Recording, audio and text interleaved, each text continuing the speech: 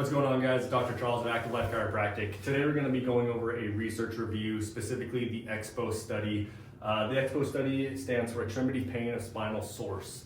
This is a study that I was first introduced within the Rehab to Performance Club at my alma mater of Northwestern Health Sciences University. And it's very important because, yes, I'm a chiropractor. A lot of PTs should also pay attention to the study, which I'm sure they do. But basically, what it comes down to is when someone comes in with an extremity complaint, whether it's a hip, a knee, ankle, shoulder, wrist, elbow, things like that, we have to treat the site of symptoms, but we also need to look at where it's coming from. Obviously, if there's a trauma to the area, we can kind of disregard the spine at that appointment and treat the joint itself. Some of the big hitters within the EXPOSS study specifically are going to be the hip, thigh, leg, as well as the arm and forearm.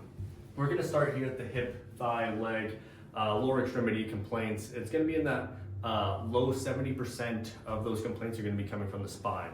What that means is it's going to be more of a referral. So we need to look at the low back or the lumbar spine and see whether an end range loading assessment or an adjustment to that area is going to affect these things here. Because if we're going to go and just treat hip pain and only treat the hip, treat the hip, treat the hip, and they're not getting better, where else is that pain coming from? Has to be the low back, right? Obviously, we can get advanced imaging to see if there's actual pathology or anything there, but through a proper assessment and our clinical audit process, we need to see whether it's a true hip, leg, thigh pain, or if it's coming from the lumbar spine.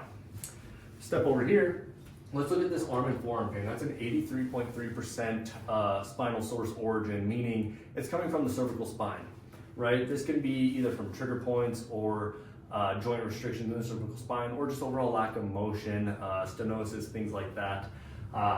When we're clearing the cervical spine, obviously end range loading, so the classic retraction extension or just retraction is going to be very important. But we're also going to see if we need to adjust the joint restriction in the area if it's applicable to that case. One thing that I like to pride myself at Active Life Chiropractic is when someone comes in with these complaints, I'm not going to ignore their symptoms. I'm not just going to ignore the arm pain and just jump straight to the spine like most chiropractors will do. We're going to treat the area, right? We're going to calm down that arm, forearm, whether it's an elbow, wrist, with some type of soft tissue therapy, just to give that patient pain relief today. Because at the end of the day, that's why they came into the office, right?